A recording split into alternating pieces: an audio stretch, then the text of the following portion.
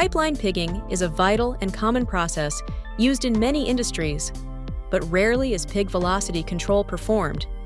It is used to clean pipes, ensure proper flow, and perform diagnostics on the pipe itself. Here we see a pipe that needs to be cleaned.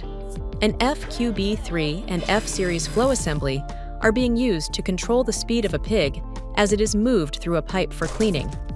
Since the FQB3 servo control valve closes the loop around the signal output of the F-series flow transducer, constant velocity can be maintained, or pig velocity can be varied. Alternatively, competitors manage this process by applying pressure, which can result in damage to both pigs and pipes.